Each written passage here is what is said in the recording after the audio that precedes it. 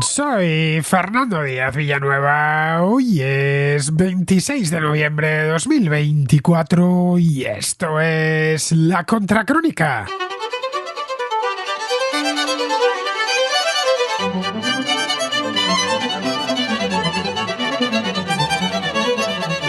Con la guerra de Ucrania entrando en una nueva fase, son muchos los que se preguntan cuánto tiempo más pueden aguantar los dos contendientes si mantienen el esfuerzo bélico actual. Las matemáticas de la guerra no dejan lugar a muchas interpretaciones. Ucrania es más débil desde el punto de vista numérico y sus aliados tienen serios problemas para mantener el flujo de ayuda militar. Sus arsenales, los de sus aliados, quiero decir, no nadaban precisamente en la abundancia antes de la guerra y su capacidad industrial para reponer existencias es limitada.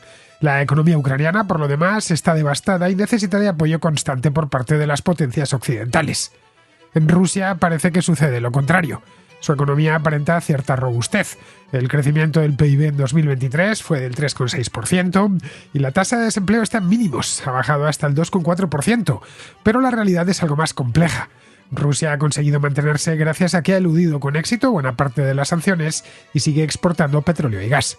Los buenos oficios de Elvira Nabiulina al frente del Banco Central se han demostrado cruciales para mantener la estabilidad financiera y evitar que el rublo se hunda. Pero esta aparente fortaleza es engañosa. La producción de defensa se ha incrementado mucho. Más de 500.000 de trabajadores se han sumado a esa industria, provocando un aumento significativo en la producción de armas. Pero las limitaciones estructurales son evidentes. La industria de defensa rusa está en un punto muerto debido a la incapacidad de reemplazar rápidamente las armas perdidas en el campo de batalla. La dependencia de importaciones, especialmente de municiones de Corea del Norte, y la falta de capacidad de sus fábricas para producir artillería de gran calibre dan fe de los problemas de suministro que ya padece su ejército.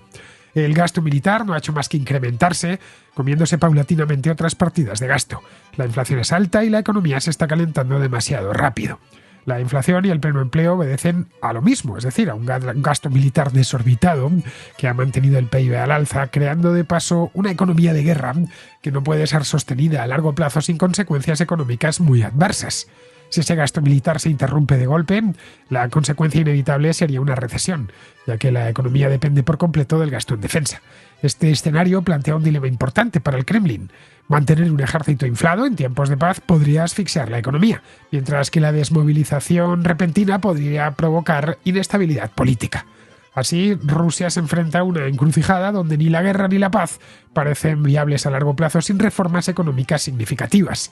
La necesidad de extraer rentas de otros estados a través de la agresión militar se perfila como una posibilidad, similar, por cierto, a precedentes históricos como los de Napoleón o Saddam Hussein más recientemente. Esta realidad implica que, independientemente de lo que suceda en Ucrania, Rusia continuará siendo una fuente de inestabilidad e inseguridad para Europa debido a su estructura económica militarizada.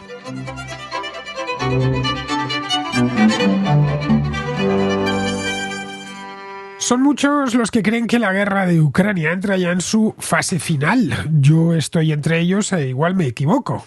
De hecho, todas las predicciones hechas sobre esta guerra, especialmente al principio, creo que se equivocó prácticamente todo el mundo que hace un vaticinio.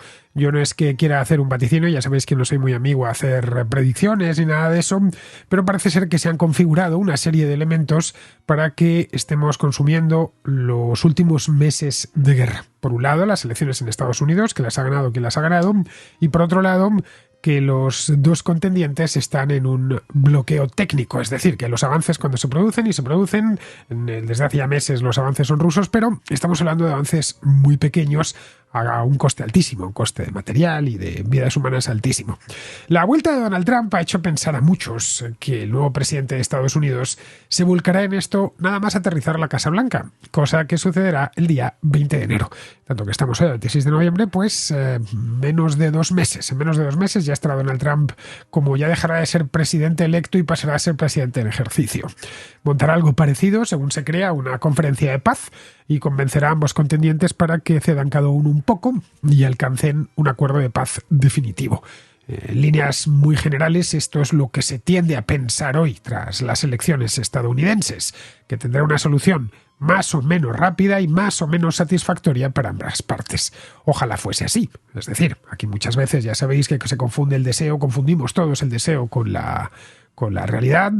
Yo soy el primero que lucho contra ese sesgo porque tengo deseos de muchas cosas que sé que no se van a producir o que es muy difícil que se produzcan. Por mí, esta guerra que terminase mañana. Ahora bien, entiendo que las posibilidades de que lo haga mañana son nulas, por no decir remotas, porque entiendo también que Putin no puede retirarse ahora, sería devastador para él, y los ucranianos tampoco lo van a hacer, no se van a rendir después de haber combatido casi 3 años.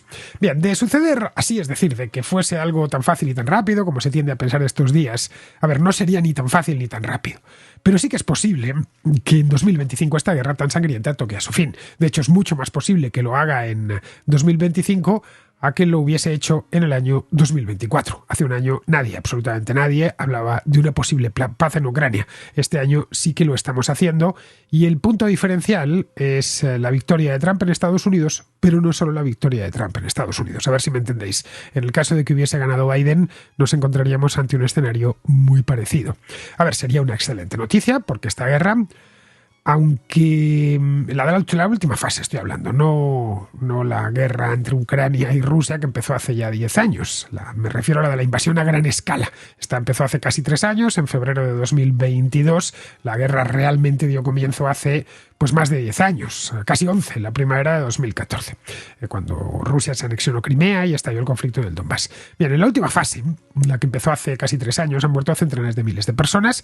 En esto estoy deseando que por fin encontrar una estimación que no difiera tanto de otras estimaciones, porque pocos conflictos cuesta tanto encontrar números. Claro, es un conflicto en curso, y entonces tenemos muchísimos datos que se cruzan. Pero bueno, han muerto centenares de miles de personas. Ucrania es un país devastado, y las consecuencias de esta guerra en todo el mundo se han dejado sentir en diferentes ámbitos, desde la energía hasta la producción de alimentos. Nada de lo que diga sobre la guerra a Ucrania nos sorprenderá, porque, en fin, la estamos viviendo en tiempo real desde 2022. Ahora bien, al margen de quién gobierna en Estados Unidos, lo cierto es que ambos contendientes están agotados. El esfuerzo bélico en los últimos 3 años ha sido notable. Esta guerra está saliendo carísima en vidas, pero también en recursos. Y tanto rusos como ucranianos han puesto o están poniendo todo lo que tenían a mano. Los ucranianos por una cuestión de mera supervivencia, y los rusos porque no se pueden permitir el lujo de perder, especialmente Putin, que fue quien comenzó esto pensando que lo de Ucrania sería una operación rápida, indolora y, sobre todo, lo más importante, que sería barato. Es decir, que bastaría con meter unos cuantos tanques, unos cuantos soldados, deponer al ejército ucraniano, al de Volodymyr Zelensky, meter un poco de miedo y asunto resuelto. Colocar un gobierno títere y ya está. Yanukovych, por ejemplo, o cualquier otro, y eso se hubiese acabado en tal vez 2 semanas. Y hoy nadie, 2 años y pico después, nadie se acordaría de aquello. Pero no fue así. Desde el inicio del conflicto, es decir, desde finales de febrero de 2022, era previsible que Ucrania iba a tener que hacer frente a una escasez de efectivos militares, por una simple cuestión numérica. Hay 3 veces más rusos que ucranianos. Había antes de la guerra 43 millones de habitantes en Ucrania, frente a 140, creo que son los que había en Rusia. Y si no son 140, serán 145 millones. Es decir, algo más de 3 veces. Ucrania al principio se benefició de aquel impulso patriótico de los primeros días, las primeras semanas, incluso el primer año, que trajo muchísimos voluntarios ucranianos, gente joven que había visto que les habían invadido el país, que les estaban bombardeando, y acudieron prestos a los centros de reclutamiento a ir voluntariamente. Pero claro, conforme ese fervor iba disminuyendo y las bajas comenzaron a acumularse, la falta de efectivos para el ejército ucraniano pasó a convertirse en un problema serio para el esfuerzo de guerra del país y su capacidad para integrar y utilizar de forma eficaz la ayuda militar que les ha ido llegando desde Occidente, que ha sido muy generosa desde el principio. Aunque han faltado cosas y siguen faltando, y los occidentales se han comportado de forma un tanto morosa, con mucha lentitud, pero si Ucrania ha podido resistir hasta el momento presente ha sido por la bravura de los propios ucranianos, que no han estado dispuestos a rendirse en ningún momento, y porque Occidente ha estado suministrando armas y municiones desde prácticamente el mismo día de la invasión. La limitación de efectivos de primera línea también ha afectado de manera importante a la formación que los expertos occidentales, el entrenamiento que los expertos occidentales han proporcionado a los ucranianos. Estos programas que se montaron en 2022 y que se siguen impartiendo, destinados a enseñar a las tropas ucranianas, a los soldados, a los oficiales, cómo operar los equipos occidentales medianamente complejos. No hay que explicarle a un soldado, a un oficial, cómo se dispara un arma de asalto, pero en cambio sí hay que explicarles, y esto lleva tiempo, cómo operar un tanque Leopard, por ejemplo, no digamos ya un caza F-16. Bien, esto se vieron restringidos por falta de gente en duración y en alcance. En tanto que hacía falta gente en el frente, de manera perentoria, solo una parte del ejército ucraniano ha sido capaz o es capaz de manejar tecnologías como estos tanques que les llegaron de Occidente, los Abrams o los Leopard, sistemas de defensa aérea, artillería de alta movilidad, el caso de lo que hablábamos la semana pasada, los HIMARS, que son los que se utilizan para lanzar estos misiles ataque MS de los que os hablaba hace solo unos días. Enviar este armamento era sencillo, no es tan simple como aprobar el envío y enviarlo para allá, pero no sirve de nada ese armamento si no hay un soldado que esté debidamente entrenado para operarlo, para utilizarlo. De hecho, el ejército ucraniano ha demostrado mucha mayor eficacia operando los sistemas de fabricación soviética con los que ya estaban familiarizados que estos sistemas de fabricación occidental que han tenido en muchos casos que aprender deprisa y corriendo a saber cómo funcionaban y cómo trabajaban en el mismo campo de batalla. En este caso, además, todo urgía mucho, porque tan pronto como les enseñaban a manejar un Leopard, por ejemplo, ese que Leopard lo tenían que meter en el campo de batalla. No es como un ejército en tiempos de paz que puede dedicarle tiempo, puede dedicarle todos los recursos que quiera, puede dedicarle ejercicios, nadie muere, en fin, que si tienes al enemigo en casa y tan pronto como aprendes a manejar el tanque, tienes que lanzarlo contra los enemigos. Bueno, un ejemplo claro de esto fue la ofensiva del año pasado, 2023. Recordadlo, en el este del país, que se pensaba que esta ofensiva iba a continuar donde lo habían dejado allá por el mes de noviembre, cuando tomaron Jersón, y que iban a conseguir arrebatar a los rusos una buena porción de lo que estaba ocupado. A pesar de contar con armamento moderno, proveniente de Estados Unidos y de Europa, y de tener para esta ofensiva municiones suficientes, Ucrania solo pudo movilizar a aproximadamente unos 50.000 soldados para esta operación, frente a los 350.000 soldados rusos que estaban atrincherados detrás de esas defensas tan profundas, de aquellos campos minados de los que os hablaban aquellas contracrónicas que hice en el verano de 2023. Esta diferencia numérica dejó a Ucrania con pocas posibilidades de recuperar territorio, independientemente de la cantidad de armamento del que disponían. En estos momentos la escasez de efectivos de Ucrania es más acuciante aún y se ha agravado además con la llegada de fuerzas norcoreanas, que se estima en unos 10.000 efectivos, pero que podrían ser más. Han llegado a la región de Kursk, que es ese saliente que tomó el verano pasado, a principios de agosto, lo que tomaron los ucranianos y que para los rusos es de capital importancia sacarles de allí. Con su ejército en clara inferioridad numérica y manteniendo posiciones defensivas, que es en lo que están desde hace ya mucho tiempo, el suministro limitado de misiles antiaéreos procedentes de Occidente, no tanto ya por falta de ganas, sino como por falta de capacidad, pues difícilmente pueden los ucranianos, no es de ahora, esto ya es de hace tiempo, revertir el empuje ruso en el campo de batalla. Simplemente son muchos menos y bueno, ya se sabe aquella letrilla de la Reconquista en España, aquello de vinieron los sarracenos y nos molieron a palos, porque Dios ayuda a los malos cuando son más que los buenos. Luego hay otro elemento, y es que además de la falta de efectivos, existen otros problemas que podríamos denominar de tipo logístico. Las reservas estadounidenses, que ya eran escasas antes de la guerra, por compromisos que tiene por todo el mundo y por el hecho mismo de que no estaba metido en ninguna guerra, uno no fabrica armas por fabricarlas, para tenerlas metidas en los arsenales porque, entre otras cosas, allí lo único que van a hacer es deteriorarse. Se fabrican las armas para utilizarse. Se tienen unas reservas mínimas, pero si un ejército no está en guerra, pues no tiene necesidad de estar encargando continuamente armas y municiones. Eso era lo que le sucedía a Estados Unidos y no digamos ya a los países europeos. Es decir, que la promesa de Joe Biden de apoyo indefinido, pues simplemente Estados Unidos no puede sostenerla. Luego, la industria de defensa tanto en Estados Unidos como en Europa, sobre todo en Europa. Es una industria de defensa, o era por lo menos en el año 2022, en una industria de defensa para tiempos de paz, que no podía aumentar la producción rápidamente. Se han hecho muchos esfuerzos a lo largo de los 2 últimos años. Le dediqué, de hecho, el año pasado un programa a este problema, pero claro, esto lleva tiempo. Esto no se pone, no cambias la capacidad de producción de armamentos de un día para otro, sobre todo cuando ni siquiera te están atacando a ti, están atacando a un aliado, en este caso a Ucrania. Por ejemplo, para cubrir la demanda, que es altísima, de proyectiles de 155 milímetros, Estados Unidos tuvo que recurrir a su propio stock, incluyendo el stock almacenado en Israel o en Corea del Sur. Aunque la producción se ha incrementado, sigue siendo insuficiente. Luego, la situación con otros sistemas armamentísticos, como pueden ser los misiles Patriot, es muy similar. Ucrania requiere de miles de estos misiles cada año, pero Estados Unidos solo puede producir unos cuantos centenares al año sin desatender sus propios arsenales. El suministro de ATACMS, de los que hablábamos la semana pasada, también es limitado. Y aumentar la producción sin comprometer otros compromisos, pues es un problema como mínimo serio. Podríamos pensar en este punto que la guerra la tienen perdida.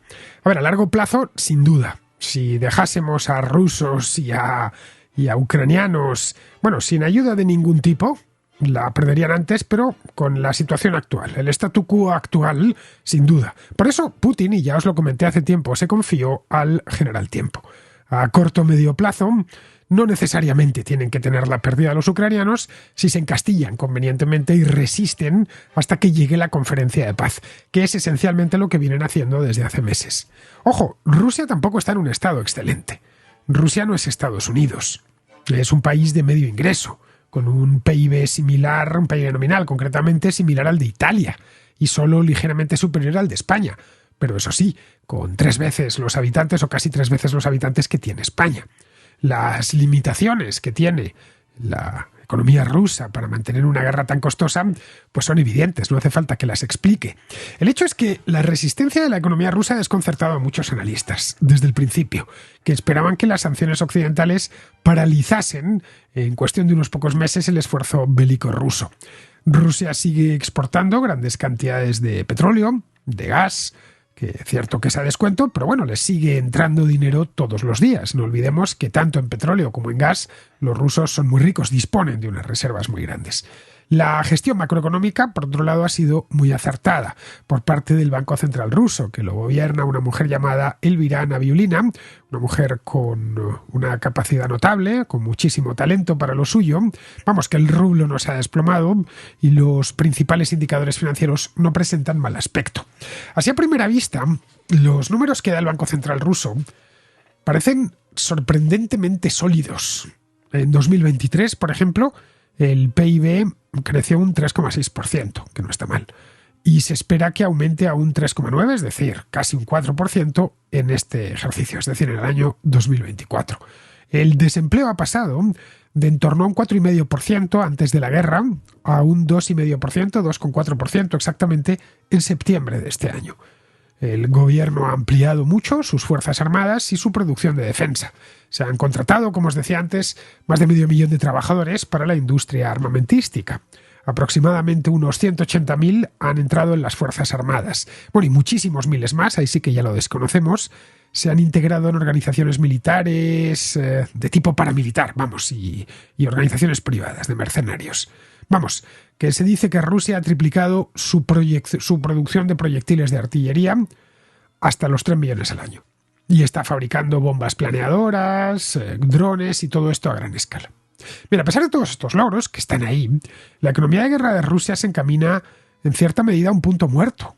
Los datos oficiales, que ya digo, son buenos, ocultan tensiones económicas provocadas tanto por la guerra como por las sanciones. No importa cuántos trabajadores traten de trasladar a la industria de defensa. El Kremlin simplemente no puede expandir la producción lo suficientemente rápido como para reemplazar las armas al ritmo que las está perdiendo en el campo de batalla, donde, como decía antes, están a la ofensiva. Cuando emprendes una ofensiva vas a gastar más hombres y munición que cuando te mantienes a la defensiva si sobre todo has planeado bien, has tenido un buen planeamiento defensivo. Y aproximadamente la mitad de todos los proyectiles de Rusia que utilizan ya no los pueden producir ellos. Directamente provienen de existencias norcoreanas. Que de nuevo, los norcoreanos están vaciando sus arsenales para echar una mano a Rusia, pero Corea del Norte tampoco tiene una capacidad de producción desproporcionada, porque es un país que, aunque se sienta en guerra desde los años 50, no lo está. Vamos, que en algún momento del año próximo Rusia tendrá que enfrentar escasez de una serie de categorías de armas. Tal vez el principal obstáculo para el suministro de armas de Rusia sea su incapacidad para reemplazar la artillería de gran calibre. Rusia ha estado perdiendo más de 100 tanques y aproximadamente unas 200 piezas de artillería por mes, de promedio. La producción de cañones para tanques y para este tipo de artillería requiere de unas forjas especiales, llamadas forjas rotativas, que pueden producir solo aproximadamente unos 10 cañones de este tipo al mes.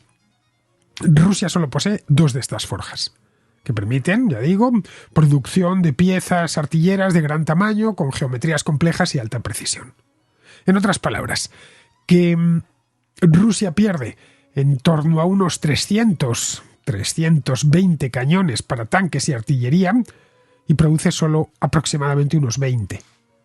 Luego, la industria rusa carece de las habilidades necesarias para construir forjas rotativas. De hecho, el mercado mundial de este tipo de forja está dominado por una sola empresa, una empresa austríaca llamada GFM. Es improbable que Rusia adquiera más forjas de este tipo y aumente su ritmo de producción, ya que, por supuesto, Austria no se las va a vender. Y ni Corea del Norte, ni tampoco Irán, tienen reservas suficientes de este tipo de cañones de repuesto. Vamos, solo una decisión por parte de China de proporcionar cañones de sus propias reservas podría evitar la escasez. Es decir, que hiciese Xi Jinping lo que ha hecho Kim Jong-un. Para reabastecer a sus propias fuerzas, Rusia ha estado, de hecho, y esto lo sabemos, desmantelando tanques y cañones de artillerías de las reservas enormes que heredó de la época soviética. Pero claro, estas reservas tienen un límite, han ido agotándose desde el comienzo de la guerra. Si combinamos las tasas actuales de pérdida en el campo de batalla, el reciclaje continuo de esas reservas que tenían y la producción, pues parece que Rusia podría quedarse sin este tipo de cañones en algún momento del año 2025. Luego, Rusia consume también otras armas a un ritmo mucho más rápido que su capacidad para producirlas. Han perdido, por ejemplo, unos 5.000 vehículos de combate e infantería desde el inicio de la guerra. Esto supone aproximadamente unos 150 al mes. Los contratistas de defensa rusos pueden producir unos 200 al año. Es decir, unos 17 al mes para compensar estas pérdidas. De nuevo tenemos un déficit descomunal. Respecto a los proyectiles de artillería, Rusia produce unos 3 millones al año, como decía antes, pero es que consume muchos más. Solo en 2022 dispararon 12 millones. En 2023 se contuvieron, viendo que estaban empezando a escasear, pero bueno, tiraron de las reservas. Es decir, que consume más de lo que su industria puede producir. Aunque ahora la economía rusa está prácticamente en pleno empleo, como os decía, un 2,4%, las empresas de defensa rusas tienen dificultades para atraer trabajadores. Luego, para empeorar las cosas, estas empresas compiten por el mismo personal que las Fuerzas Armadas rusas, que necesitan reclutar 30.000 soldados nuevos cada mes para reemplazar las bajas. Para ello, el ejército ofrece bonificaciones muy generosas por cada contratación, salarios muy superiores a los de la industria. Los productores de defensa, para poder mantener el ritmo de contratación, han tenido que multiplicar por 5 los salarios que ofrecen. Y esto ha contribuido, evidentemente, a que la tasa de inflación pues, se dispare y esté ya pues, prácticamente en el 9%. El desempeño económico de Rusia, que vemos hoy por hoy caracterizado por un desempleo muy bajo y salarios en alza, es esencialmente producto del keynesianismo militar, si podemos llamarlo así. En otras palabras, enormes gastos militares que son insostenibles en el largo plazo. Estos son los que están impulsando artificialmente el empleo y el crecimiento. Casi todos los nuevos empleos están relacionados con el ejército y producen poco valor para la economía real, para la economía civil, donde la mayor parte de empresas, de todos los sectores, tienen serias dificultades para encontrar trabajadores. El gasto en defensa no hace más que aumentar, tanto oficial como extraoficialmente. Se sabe, por ejemplo, que 500.000 de efectivos de seguridad interna han sido desplegados en la Ucrania ocupada. Pero es que estos se financian fuera del presupuesto de defensa. No, solo consumimos el 7 o el 8%, no es más.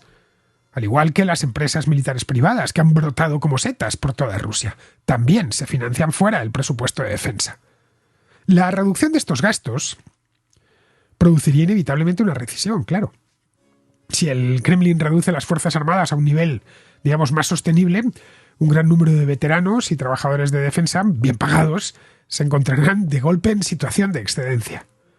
La experiencia de otras sociedades en otros momentos, concretamente en Europa después de la Primera Guerra Mundial, sugiere que todas estas hordas de soldados desmovilizados y desempleados o empleados y mal pagados y trabajadores de la industria armamentística son un ingrediente fundamental para la inestabilidad política, que es lo que quiere evitar Putin a toda costa. La magnitud de la recesión de posguerra será aún peor porque la economía civil rusa, en particular las empresas pequeñas y las medianas, se ha contraído mucho debido a la guerra. Ya sabéis lo de los tanques y la mantequilla. Esto es un fenómeno relativamente familiar para los economistas. Los elevados gastos en defensa han hecho subir los salarios y han atraído mano de obra de las empresas no relacionadas con la defensa. La política del Banco Central ruso de mantener unos tipos de interés altísimos, actualmente están en el 21%, ha hecho mucho más difícil que las empresas no relacionadas con la defensa obtengan capital mediante préstamos. En la Rusia de posguerra, un sector civil disminuido no podrá absorber a los soldados y a los trabajadores que se quedaron sin empleo en el sector militar y en el de la defensa. En definitiva, que el gobierno ruso tiene por delante una serie de problemas que se han creado ellos mismos. Para llegar al ansiado acuerdo de paz, el Kremlin tendrá que escoger entre 3 opciones. Y las 3 son malas. Si reduce el número de efectivos en las Fuerzas Armadas y de empleados en la industria armamentística, provocará una recesión que podría amenazar al régimen.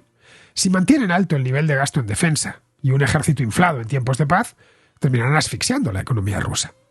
Gente que en país en paz, dedicado a estar en los cuarteles o a producir armas que nadie va a utilizar para nada. Desplazarán a la industria civil y sofocarán el crecimiento. Bueno, esto último es lo que le sucedió a la URSS en su etapa final. Luego hay otra tercera opción. Esta es más tentadora, que en lugar de desmovilizarse o declararse en quiebra, el gobierno ruso podría utilizar su ejército para obtener los recursos económicos necesarios para obtenerlo fuera. En otras palabras, valerse de la conquista y de la amenaza para pagar al ejército.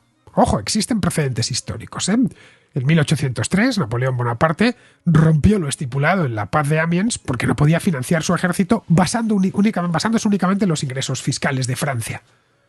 Y además es que se negó a desmovilizarlo. En 1990, esto es mucho más reciente, Saddam Hussein invadió Kuwait, un país muy rico en petróleo, porque no podía pagar el ejército de 1 millón de hombres que se negaba a redimensionar tras haber finalizado en tablas la guerra contra Irán de los años 80. En ambos casos, el espejismo de la conquista parecía atractivo para sostener todo ese complejo militar. En resumidas cuentas, la economía rusa no puede sostener indefinidamente la invasión de Ucrania. Pero es que cuando esa guerra haya terminado, por muy buenos términos que arroje para Rusia, tendrá que escoger entre redimensionar su ejército y su economía, atravesando una crisis económica o mantenerse como está, y seguir siendo un problema para sus vecinos, porque semejante mastodonte militar no se mantiene solo.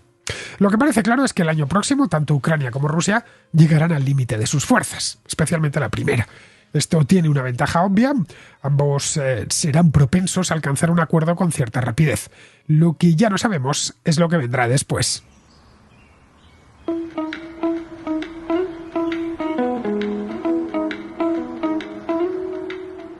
Podría parecernos que el camino hacia una vida más sostenible es algo abrumador, pero no siempre es así. Leroy Merlin simplifica mucho este proceso con un indicador al que han llamado Home Index.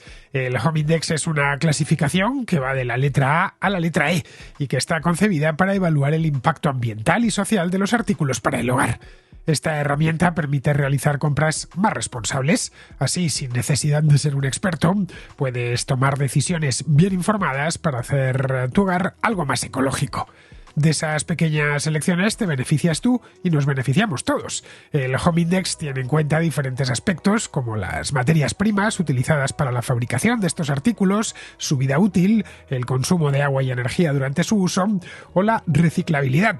Por ejemplo, pequeños cambios como la sustitución de bombillas tradicionales por bombillas LED, algo que además notaremos en el bolsillo, o las alfombras hechas con algodón orgánico, que no solo embellecen y hacen más confortable tu casa, sino que además reflejan un consumo responsable.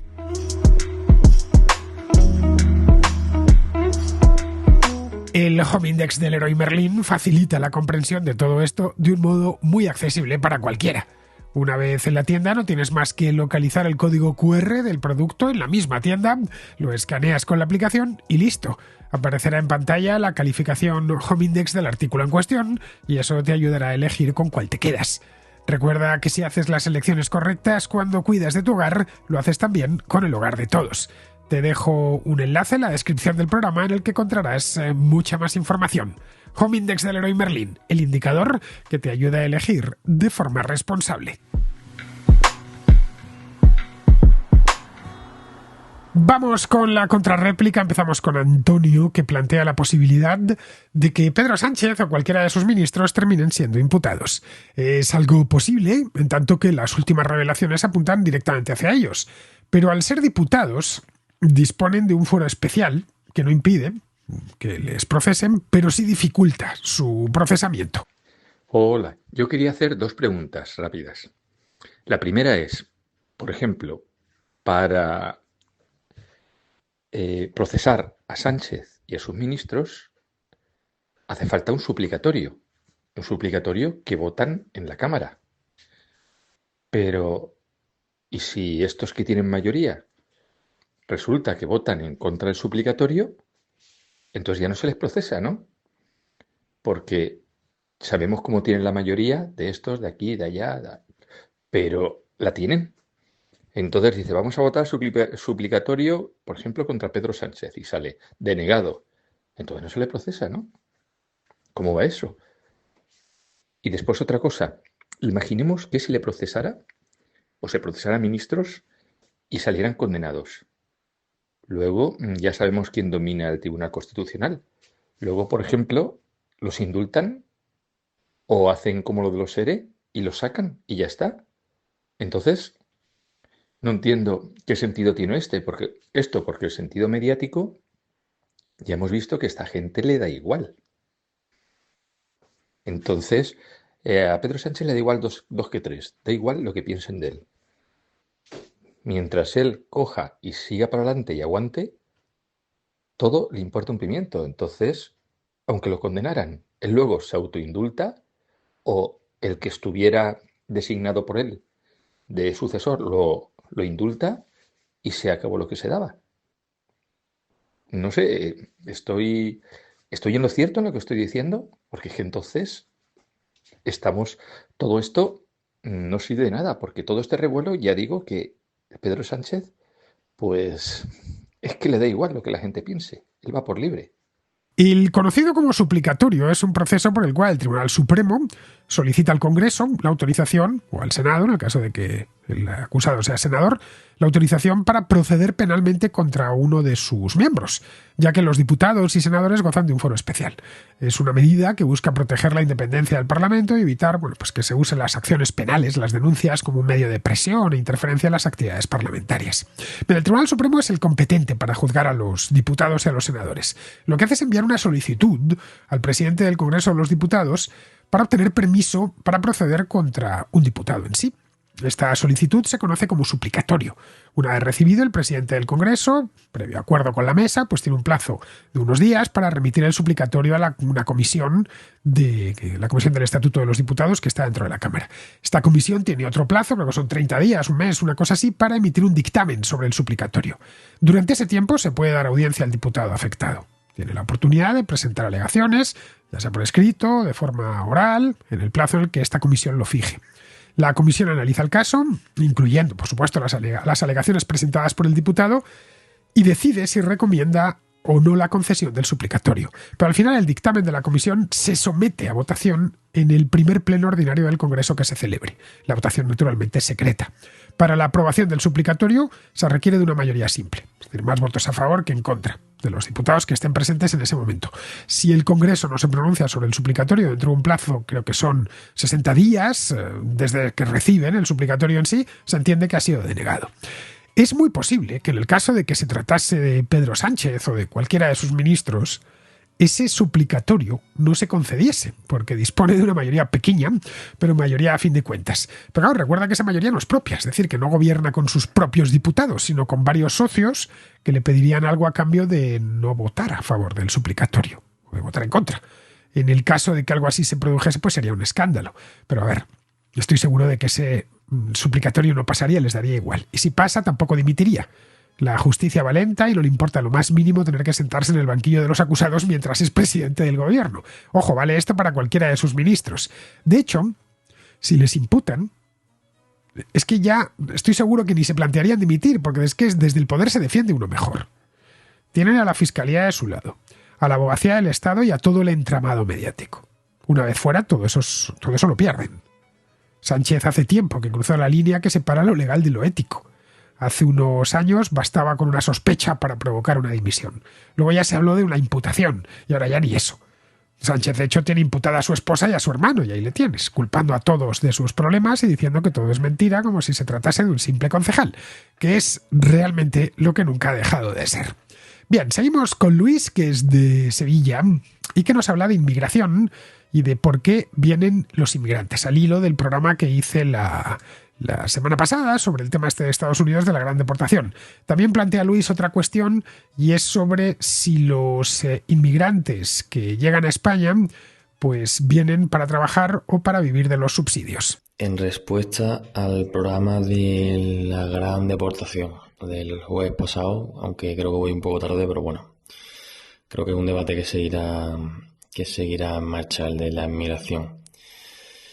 A ver, tu análisis de que la inmigración, los inmigrantes vienen porque hay trabajo, yo creo que en Estados Unidos es verdad, pero creo que en España y en Europa hay una variable que no se ha tenido en cuenta en el análisis, que es la famosa paguita, ¿vale? Bueno, paguita, asilo, etcétera. Creo que todo el mundo conocemos, sobre todo la gente de los pueblos y tal, al típico parásito, ¿no? Y estoy hablando de gente española, pues que no ha dado un palo al agua en su vida y que encima lo reconoce también alegremente en el bar, y que bueno, entre la paguita de aquí, la paguita de allá y lo otro de por aquí, pues echan el día y con eso viven, lo cual me parece una cosa terrible y algo que se debería de revisar y eliminar, vamos, del día a la mañana, de la noche a la mañana, vamos, como está haciendo Milei en Argentina. Pero es que ya encima, cuando esos receptores de paguita vienen de Marruecos, por poner un ejemplo, pues entonces ya a mí la verdad que la sangre me hierve, porque bueno, es que esto no es una anécdota, es que esto cualquiera, creo que todo el mundo conoce a alguien que vive en el pueblo, que le sabe de que hay allí unos marroquíes que le han dado una casa, que le han dado que el niño va al colegio a costa nuestra, que si por cada niño le dan 600 pavos, que son 4, pues eso son 2.400, más lo no sé qué, más lo no sé cuánto, y si nos vemos apurados, pues denuncia al marido porque me ha pegado, y el marido está en Marruecos tranquilamente y otra paguita. Eso es realidad, no sé qué dirán los datos. Bueno, ya me anticipo que tú me vas a responder con datos de que eso será un 0,0001%, y bueno, muy bien, me parece genial. Pero eso está pasando. No digo que eso vaya a distorsionar el presupuesto ni nada, pero eso está pasando. Entonces eso, pues a mí la verdad que a mí me hierve la sangre. Me hierve la sangre cuando es un español, pero cuando es uno de fuera, más todavía. Porque yo sinceramente no entiendo por qué yo tengo que mantener con mis impuestos a los niños de otros.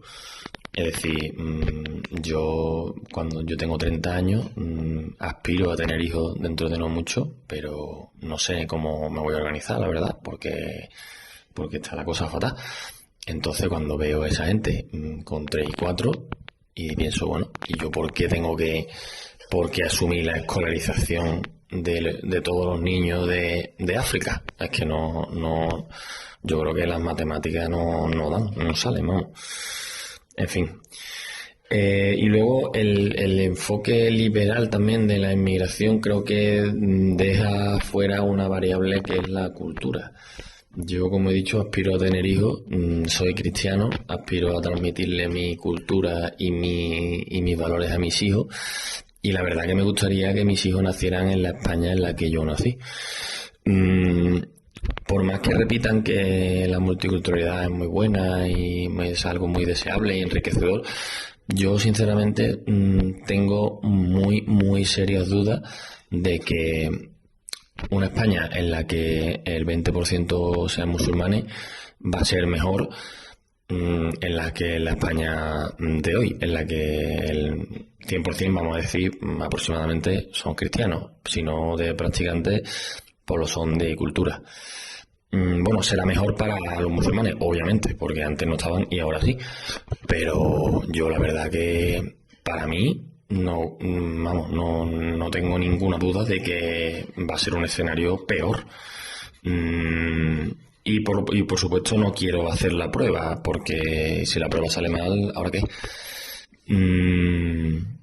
Entonces, bueno, dentro de que la inmigración es necesaria, pues bueno, porque por supuesto que sea legal, por supuesto que vengan a trabajar, y ya si cumple esos 2 requisitos primero, pues que venga de un país con una cultura afín, lo cual hará que todo el mundo, pues la convivencia sea mejor.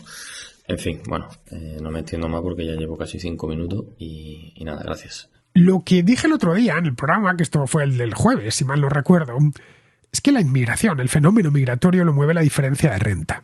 Esa renta se suele obtener mediante el trabajo, es decir, que por el mismo trabajo se gana 10 veces más en Holanda que en Argelia. No hay que darle muchas más vueltas. Eso empuja a muchos argelinos a probar suerte y tratar de establecerse en Holanda o en otros países europeos.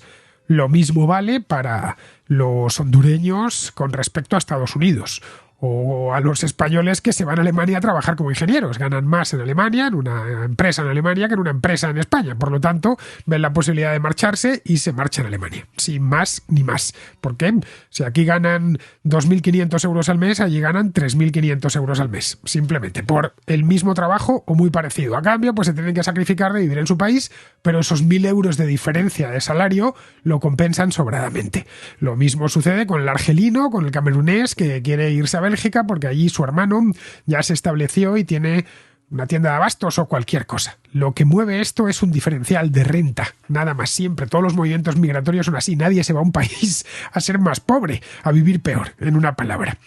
Cambiamos de país porque queremos vivir mejor. Simplemente es eso.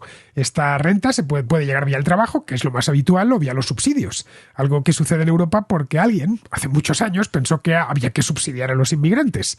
A ver, esto no es privativo de España. Sucede en mayor o en menor medida en todos los países de Europa. En algunos, como Suecia, es algo tan escandaloso que eso mismo es lo que partidos como los demócratas suecos utilizan como reclamo electoral. Pero bueno, ya sea porque esa renta la obtienen vía su trabajo o del contribuyente, el hecho es el mismo. Les compensa emigrar porque van a vivir mejor.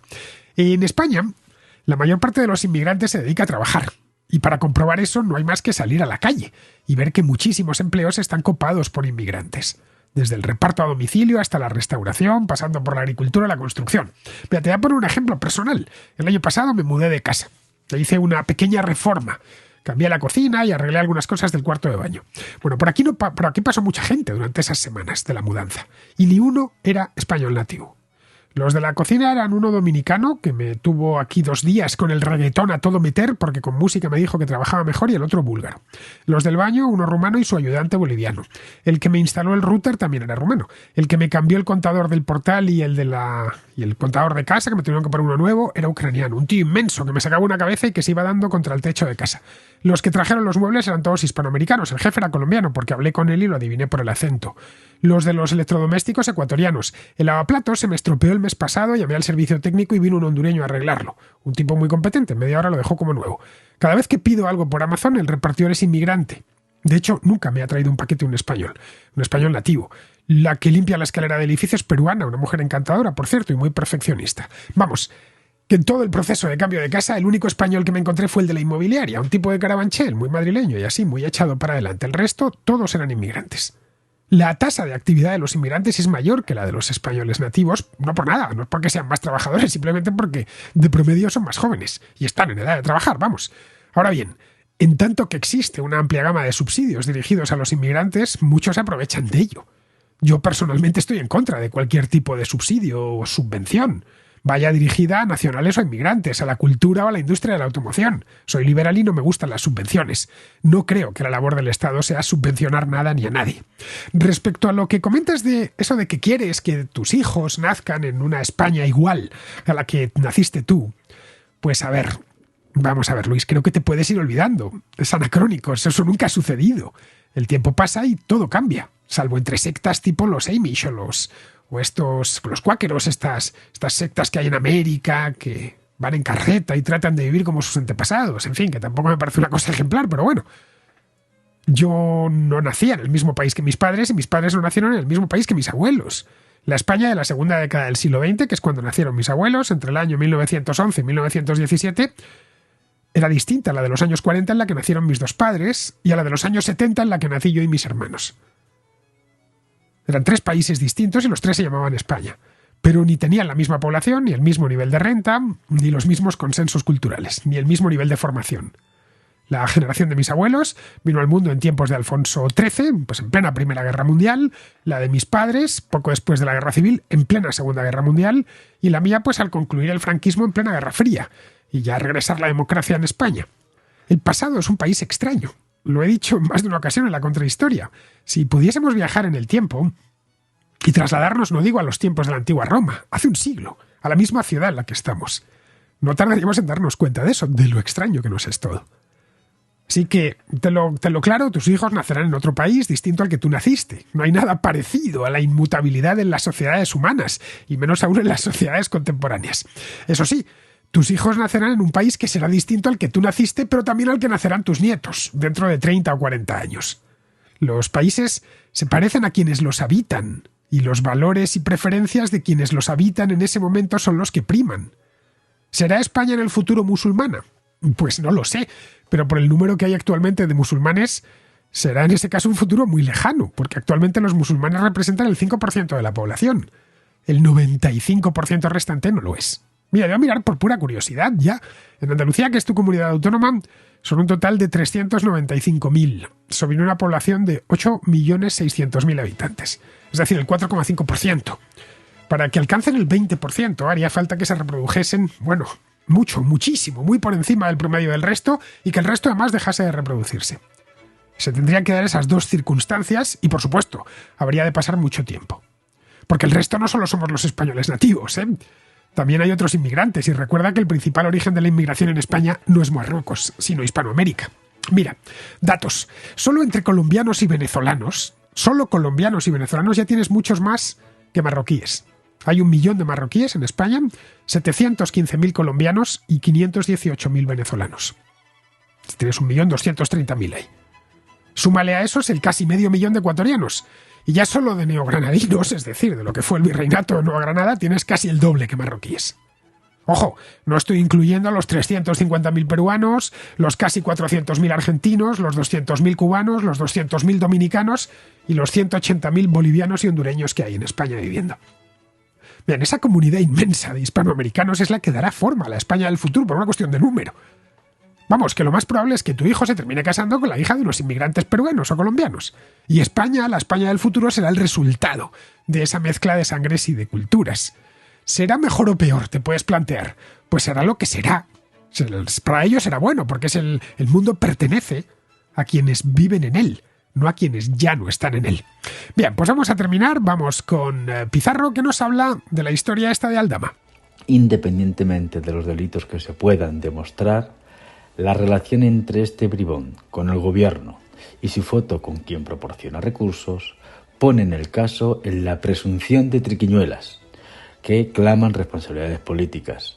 Clamor que no será atendido. Un cordial saludo de Pizarro. Y hasta aquí, queridos amigos, llega la contracrónica de hoy, 26 de noviembre, mañana 27, y estaré de vuelta. Hasta mañana.